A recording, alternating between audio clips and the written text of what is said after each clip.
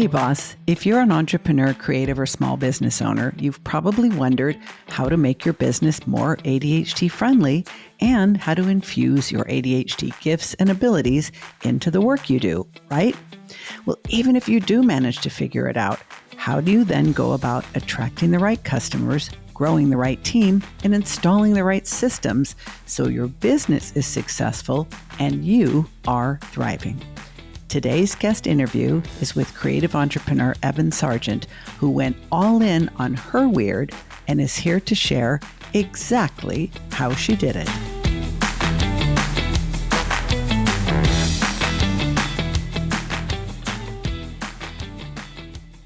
It was maybe just a few years ago that I was struggling with some things. So I started a previous business before my current business, and I was just struggling with a few things in that business where I did decide to work with an ADHD coach. I had gone to Google, ADHD symptoms many times and just knew that I had it. I'm not someone who feels the need to get a diagnosis necessarily or to treat it, but I knew I had it. I wanted to start the journey of working with it. And so I did work with a coach, and it was really interesting because I thought I was going to work with the coach to fix what was wrong with me that was bothering other people. Yep.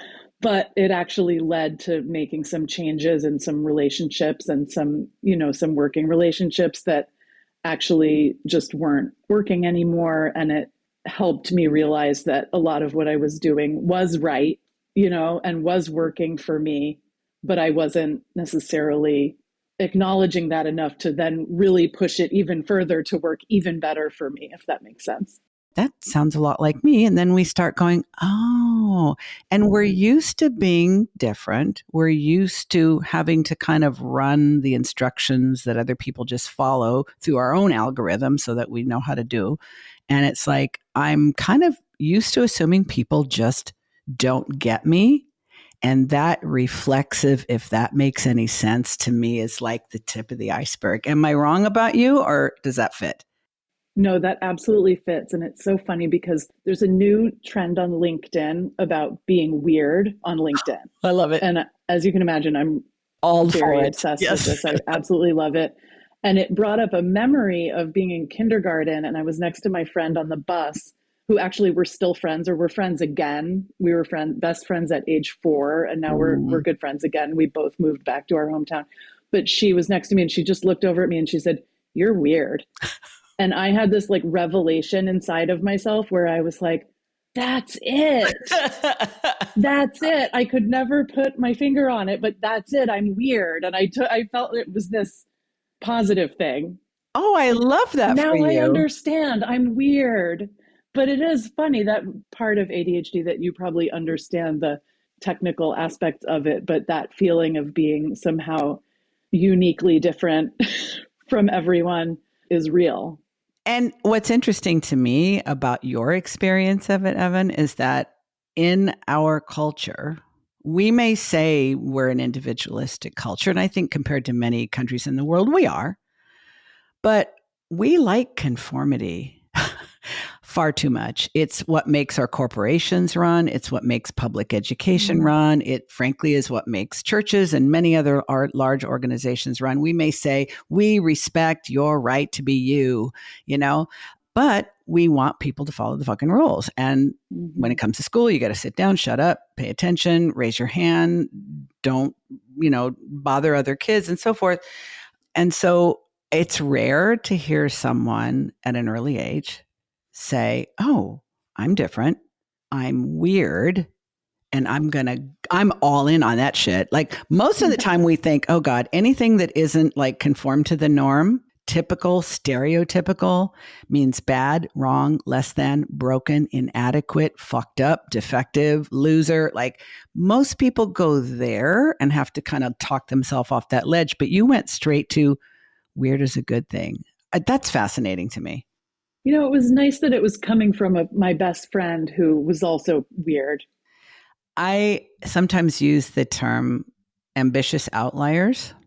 And I also like misfits, weirdos, and other people who have trouble keeping all arms and legs inside the ride. You know, Mm. like we think outside the box, we color outside the lines, we don't conform neatly to the norm. There's always something that just doesn't quite fit.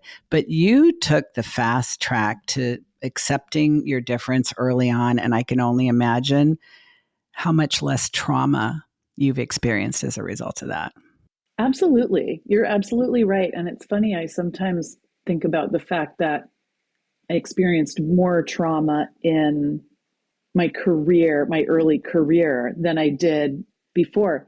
So we talked earlier, I think before we started, we were chatting about when I first came into the advertising space. Yes. So that started my spark of ambition, but it also probably started the trauma that I experienced. Okay, we have to dig into that. Not too deep to re-traumatize you. I'm a former therapist, but I'm not your That's okay. therapist, and that's not what we're here for. But you had mentioned in our pre-chat that you kind of found your way into advertising, and I shared with you that that was sort of the direction. I have a degree in communications. That was the direction I thought I was going in. I got talked out of it by a so-called guidance counselor, and I do understand a lot of people in journalism, in broadcasting, in advertising, in all of kind of the glamour fields.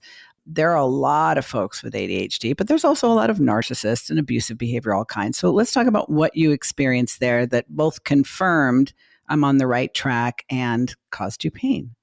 Yeah, well, it's so interesting that you mentioned, that a lot of people in advertising and in that space have ADHD, because that makes me realize I think there's an element of that industry that preys on that Mm, insane ambition and motivation and overworking that we can yes. get into. You can Like easily they exploit it. love Oh, that. yeah. Hell They yeah. love it. So I went in there and I was just like a machine, and I was looking at these guys around me who could go move so, and I was a graphic designer, so it was really about a lot of technical stuff and being able to create all this incredible Produce, stuff in produce, Photoshop produce, right? really fast, day after day, throw everything away and Yeah. start again the next Mm, day. And I loved that. And it also caused me to, burn out, as you can imagine. of And I course. had kids during that time. So during a decade working in that way and having 3 kids in New York, commuting, taking taxis home at 3 in the morning to Brooklyn. Mm. It was an amazing time in my life. And it was also really not good when I look back at the kind of, lifestyle that I was leading.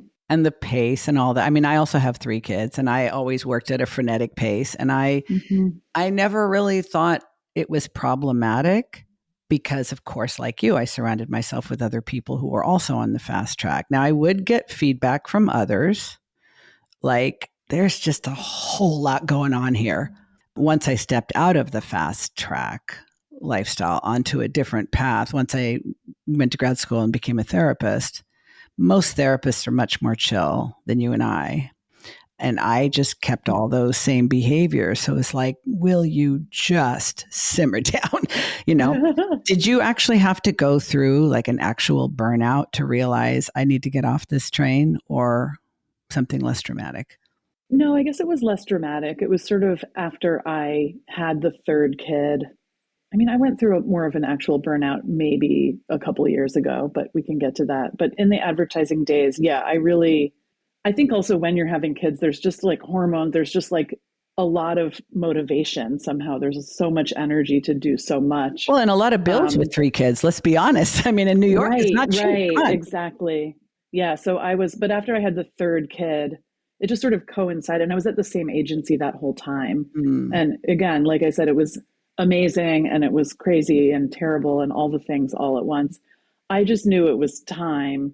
And I left and went off on my own after the 3rd kid, the third maternity leave, the whole thing, Mm. and never looked back. And I've been on my own ever since. But, since then, there have been other subsequent, pivots and burnouts and whatnot. I think that's just our nature. In fact, one of the terms that I use, Evan, is continuous personal evolution. And I almost think about women with ADHD, the really driven ones, because not all of us are really driven.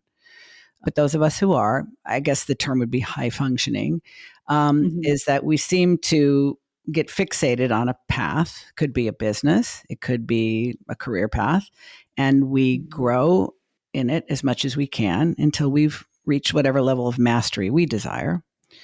And then it starts to feel like I'm not really enjoying this as much as I used to, or it's not as satisfying, or I'm having more problems, or I've like tapped out. Well, it was interesting because there were some factors. So, for one thing, at that time, freelancing in advertising. So, as you can imagine, I wish this wasn't, assumed, but I didn't get promoted enough. I didn't get enough raises in the 9 whatever years I was there. So, when I went to freelancing, still in the advertising space, that year, I think I made 3 times my salary from the previous year when I was That'll make a full-time. believer out of you.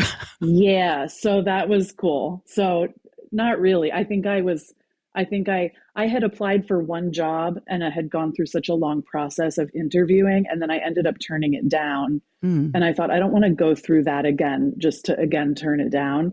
So I just went the freelancing route. But fortunately, it was just very lucrative at that time.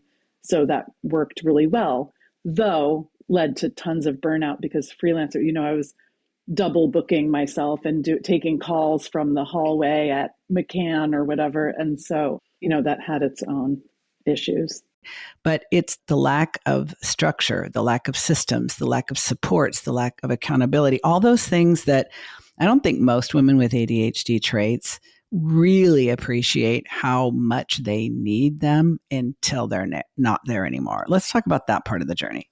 Absolutely. When I think about myself in that period before I really embarked as an entrepreneur, but after I left the full-time agency role, during this period, which was maybe 5 years, I was doing everything for everyone.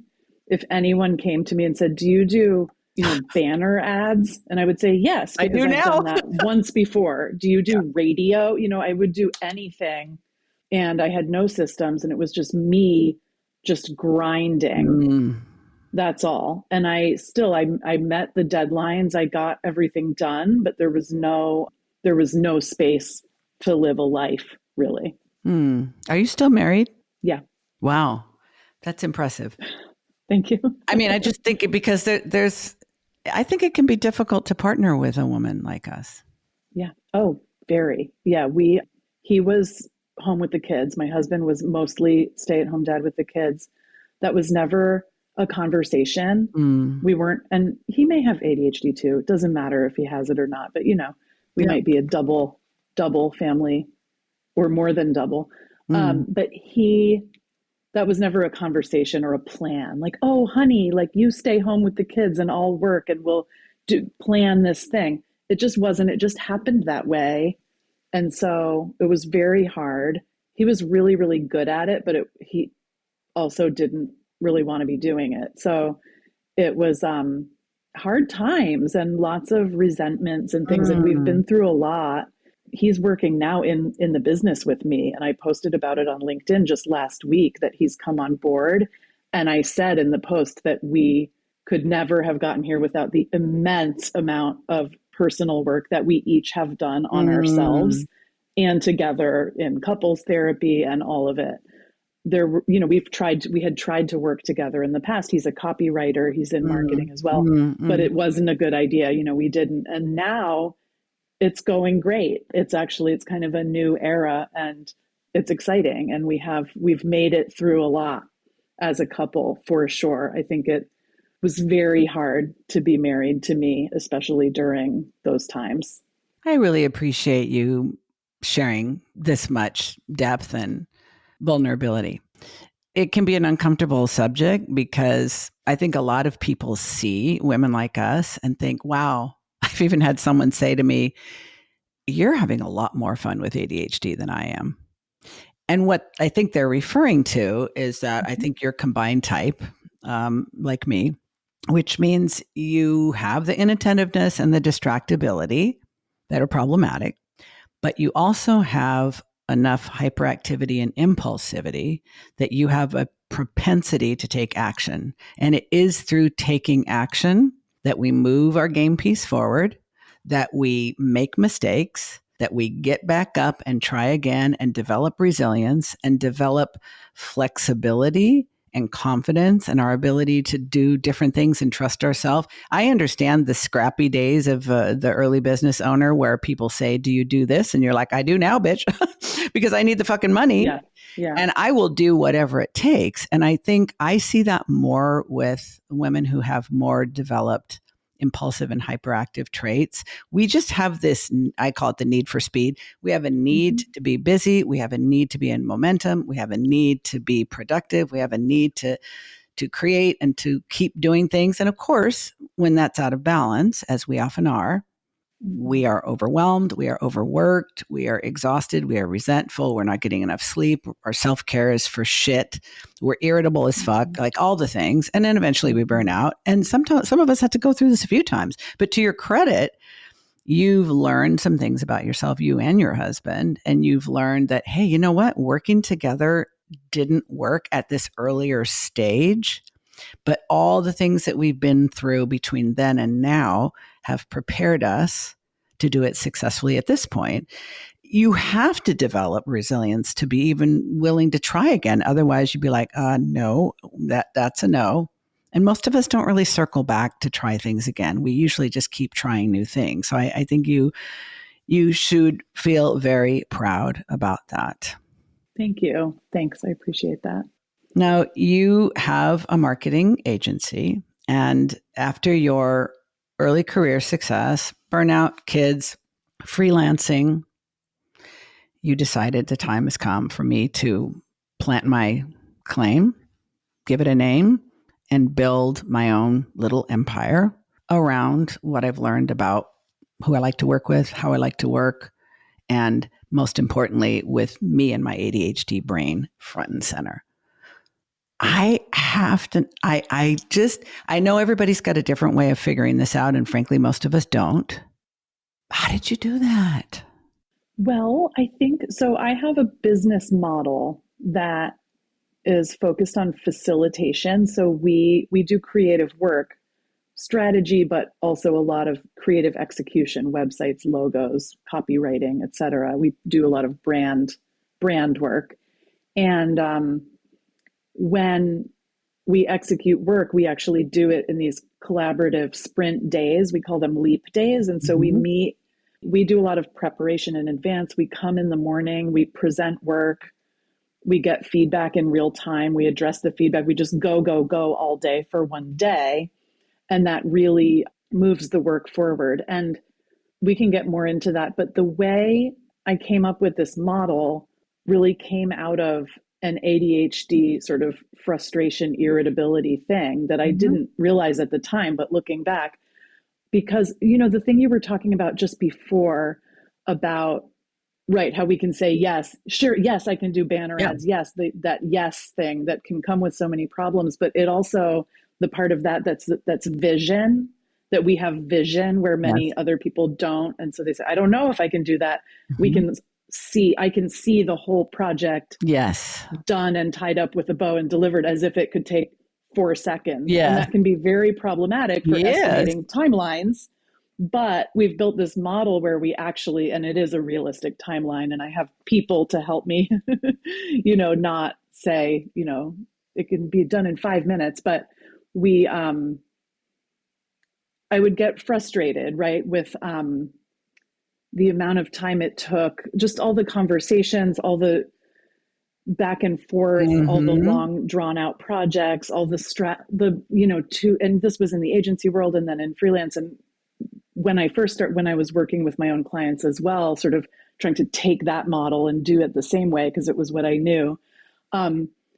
Even when I started to try to condense timelines, I'd say, okay, I'm going to do a 5-week brand package. And then I thought, I'm still bored. This still feels like we're dragging it out. It's like this feeling. Feel that? It's like, hey, client, like, let's you and me just get this done. I could take out my laptop. We could be meeting and talking about potentially working together. And there's a part of me that's going, we could have done this by now. I have my laptop right here. So it's that ADHD irritability of talking about plans versus getting down to it The that I think, impatience, you know? And I yeah, think to yeah, your point, Evan, about the vision, not everybody with ADHD has this as one of their superpowers. You do, and I do. yeah. When you connect with a like-minded client and you are like, oh, I really like their business, I'm really excited about the work that they're doing, your brain immediately goes to work on envisioning how Mhm. it could be elevated, how it could be expanded, how it could just be so much better. And then you like fall madly in love with that vision and you just want to get to work. Like, so Mhm. any back and forth, any meetings, any drawn out conversations, fucking email that goes on indefinitely, scheduling, rescheduling, and talking. You're like, I just want to make it happen. And Mhm. then I'll show it to you. And you can either say, that's it, or, Mhm. let me think on this. But all the in between stuff, it just feels so wildly inefficient once you've attached to that vision. Mhm. Exactly, exactly. And so our model cuts out a ton of that. And it's repeatable and it happens the same way every time. And it starts the same way with every client. And it lets me be in charge I like because that. I have a process. And so I can, and in that, in chaotic environments where, you know, the agency space or wherever, where I'm one of many stakeholders trying to sort of be happy and get their way, um, I get lost. I get overwhelmed and get lost. But Mm. in this model, you know, clients are coming into my world and we're getting out our laptops and getting the thing done, and they feel really taken care of and I feel really satisfied because I'm leading and I'm not waiting. Even things like when, you know, agencies, you know, ask the client, send us your photos, and then the client never sends you know, and you're waiting. We just don't even do that. We just say, send us photos if you have any. If not, we're going to find another solution. It's not going to have photos, or we're going to put this in for now. You can change it out later.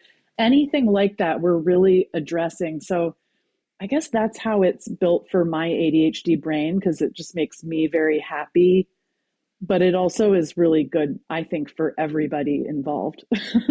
You're eliminating all the obstacles and all the things that slow you down and hold you back. I always think the vision is this precious, priceless thing that needs to be captured quickly and completely because we as creative people we keep getting new inputs and it's like no I need to make this happen immediately or it's going to start to fizzle and fade and I won't Mhm. be able to remember it exactly as it was or I might get distracted by other thoughts or it's like no this needs to happen quickly and yes I think it does serve the client. Are there clients? I mean, I can totally imagine clients like, yes, please. Who wants to fucking wait? Are there clients that this would not be a good fit for that you're like, nope, we're not working together because I think my process would traumatize you? Very occasionally. Yeah. Yeah. If someone says, I'm really a person who needs a lot of time to sit with something, and Boring. You're like, I'm out. yeah, it might not be a Yeah. fit. And then when there's a larger team and more layers Mm, of approvals that are needed, we are building in processes to handle that. It just needs extra sprint days, extra yeah. sessions where we can facilitate. It's all about the facilitation. We can have the core group, and then we can have a 2 hour thing where the board can come and they can weigh Mm, in. mm, So mm, mm, we're mm. working that in, but typically it really is best if we have three people on the client side tops, and at least one of them is the CEO or the founder or, you know, the decision maker. And you learned that from your agency days, which was one of the things you didn't like and resented and always felt like you were on a different timetable than everybody else. It's all the different cooks in the kitchen. You're like, let's just only have the ones that are cooking with gas and everybody else can taste this later. How many people I on your was team have ADHD, do you think? That's a very good question. I think we're a very small team. I could only guess, but I would guess like half. Mm-hmm. but thank goodness not all. Are there certain roles that you find it's actually better for you to have someone who's more neurotypical, and other roles where it actually works really well to have a neurospicy creative person like you? Absolutely. For creatives, I think all neurospicy is fine. Yeah. For project management and operations, neurotypical, I think, is highly important, keeping me in check. Like I said, like I was saying, if you don't have the photos, we're just not going to have photos. And then, I need someone who's going to say, but actually, we really do need the photos. So I'm going to just keep following up with the client to get the photos. I need that. So that's key. How do you feel as a leader and as the owner, as the CEO, as the creative visionary, that you actually need someone to manage you and mind you? I mean, the way you just said it so naturally, like it's like no big deal. I find some people, they kind of struggle. It's like, I know that I need someone to kind of be my emergency brake, but Mm-hmm. I don't like it. You've Mm-hmm. accepted it. Was it hard for you to adjust to that? Or did you always know this is never going to work unless I have somebody who's kind of keeping me on task and on track? Yeah. I haven't always known I needed it. I do like it. The downside for me is then I'll become overly reliant. I might become overly reliant on it and start to go, and start Yeah. to use ADHD as an excuse for just being crazy or not holding up my end. Weird. I might, yeah, I might like lean into it too much, and then I remember that, oh, I can do this or that. I can manage the creatives. At one point I thought I get very fearful about managing too many people and Mm. having personal relationships with all of them and having to know about all of their problems and this and that. So there was just, for example, there was a moment where I was feeling worried about that and then realized that it was fine and I could use tools to do it in a way that works for me and, sort of be a big girl about it, if you will. Oh my goodness. You've been so kind and so generous and so vulnerable that I feel like it would be a tremendous missed opportunity if I just didn't lean into this a little bit. I'm often asked, especially if I'm doing any speaking or consulting, that what are the particular struggles of women with ADHD as leaders? And what you just articulated, Evan, is something that I have always felt to be a struggle, is that I know who I am, I know how I am. I know that many people find me inspiring, but other people find me incredibly annoying and obnoxious and just altogether way too much. And some people find it equal measure of both. As a leader, I always have worried about putting my expectations of myself on others who are not wired the way I am, to just go, go, go, do. And the fact that that's probably not fair, and they might think I'm a real ass, when I don't mean to be. I just really love creating and making things that people love. And so, because that's so much my nature, and I believe yours, I've been kind of, oh, I don't really want to be responsible for people who may not be entirely that way, because I'm worried that I'm going to hurt them or offend them or abuse them without even realizing it, because my nature is just so driven. And I wondered if you'd say just a little bit more about that, because I think this is something that really, really resonates with women who are ambitious and need to have a team, but and need to be in control, but worry about the impact of how they are on others. Yeah, I love this. I do. I worry, and I have started to find some solutions for this particular thing in my business. So, with this very model that I've just described, right, this sprint model, I mean, I have a thick skin and I love working this way. I also learned it in the advertising space. You're working with 10 people standing over your shoulder Yeah. and you learn to not care and not attach yourself to the work. So I have that experience, Mm. plus the ADHD, the hyper focus, the wanting, the irritability, impatience, wanting to do it fast. Yeah. Not every creative is going to feel that way. And with this sprint model, yeah, I try to be really upfront about what that's like. The nice thing is that we're not doing it every day. So in the advertising space, you're going hard like that every day. We only go hard like that on the client, on these big client days. Mm. And yes, also in our sessions where we prep and wrap up, it's intensive, but there are also days where we're not with clients, and then it's a different story. But I've also started to do something that I'm pretty excited about where, some designers aren't right for a sprint like that or wouldn't want to do a sprint like that, but they're very, very talented. Mm. And so we have been putting some things in place where we can work with a designer that we want to work with, but they don't have to come to the sprint actually. So they can have Oh. time. We can build in time for them to do their thing Mm. leading up to that facilitated part. And then we have our people who are really the thick skinned, like trained people who are the sprint people who are on the sprint doing the back and forth thing with the client. I And that's been love working this. well. I Yeah. love this, Evan, Yeah. because I'm thinking about so many creative people that I know who have a lot of rejection sensitivity issues. And to be in, and also, let's be honest, a lot of neurodivergent people have trauma histories. And working in a sprint, which might for you and I feel like, Mm-hmm. yes, thank you, get this done in a minimum amount of time and move on to the next thing, for them would literally feel like they're being dragged behind a speeding car face down.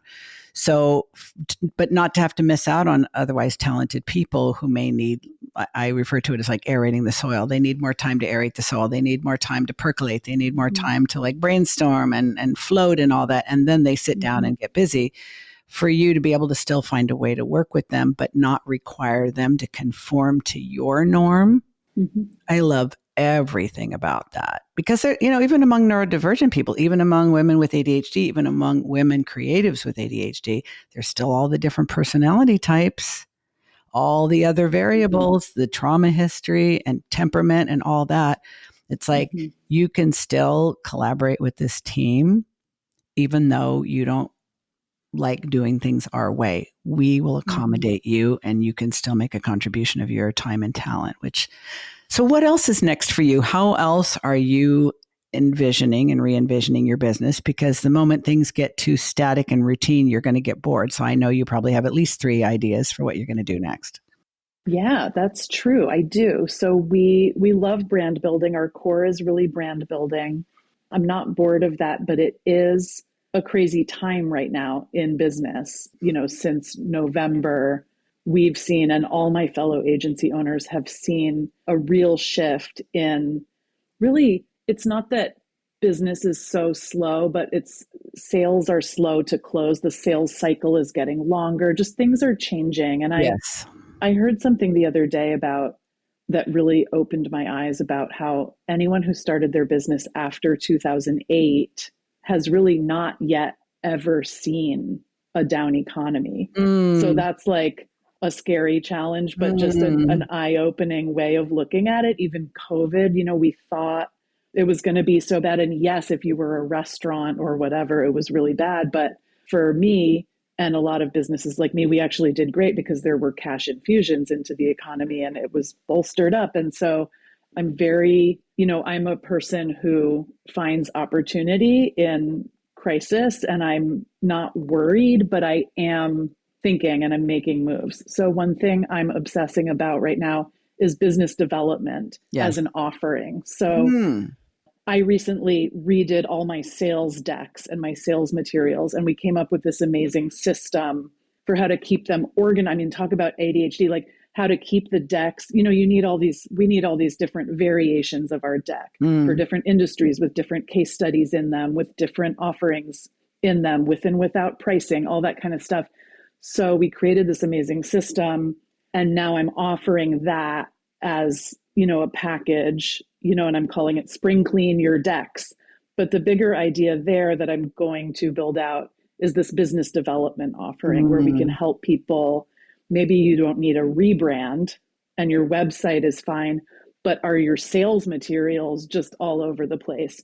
is your business development strategy all over the place? Or do you have a repeatable sales process with 7 touch points? All these kinds of things we can help people with. So that is where I'm going next, to really focus on that offer. I think your brain works very much like mine in that it may feel like there's a lot of internal chaos or disorganization or like ideas streaming in and out all over the place.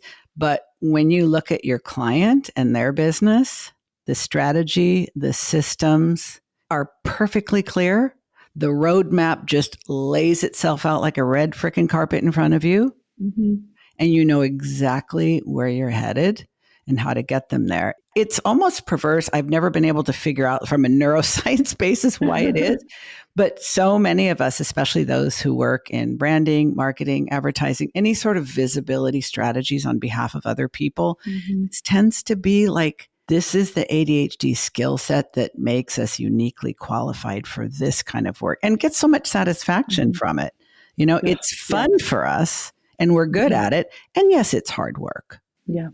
Yeah. It's so true about that vision, that sort of, I've been doing every once in a while, I'll just offer free 1-hour consultations for a month or so to people in my networks. And I've been doing a bunch of those lately. And it's really amazing. I mean, by the end, people are so happy. They feel so like they got so much out of it.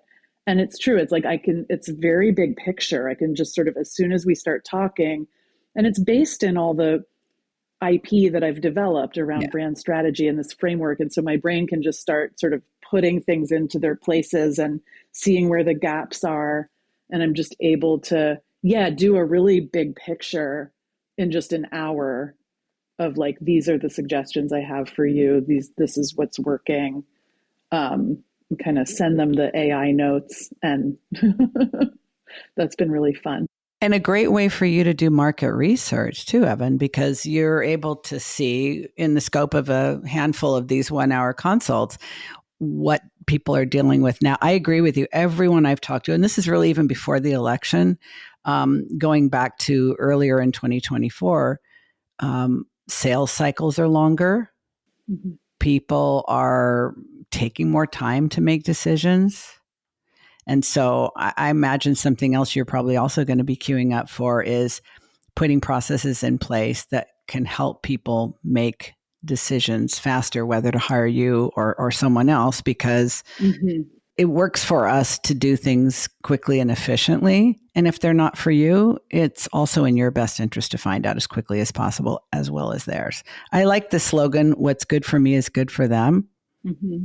I love that. That may be delusional, but basically it's like, I want to get you the result that you want as quickly as possible. I will drive at your speed, but I prefer if you like to go fast. Yes. I love that. No, that's such a great point about, yes, we're implementing so many tactics to try to close faster. So over the like check-in email every week for 12 weeks. Just over it. Not everybody in the industry has ADHD, although many of them do. Why do you think so many of them still adhere to these really outdated and unnecessary conventions? Like, why aren't more people doing what you're doing? Good question. I think it's scary. I think everyone has a certain career background or way that they learned something. I think most people will keep doing it the way they learned it. Yeah. Until it hurts enough. But I do the opposite instead. Thank you. I so loved this interview, and one of my favorite parts about connecting with Evan and sharing her story is how she decided at a very early age to embrace her neurodivergent identity. But most of us are not so fortunate. In fact, there are now multiple generations of females all over the world who have ADHD and don't even know it due to the gender bias in medicine and mental health. If you want to be part of a movement to do something about it, I invite you to join me in the coalition called #FindTheADHD Girls. Our mission is to identify females by age 8 so they can embrace their true selves and fulfill their full potential. Click on the link in the show notes to find out more.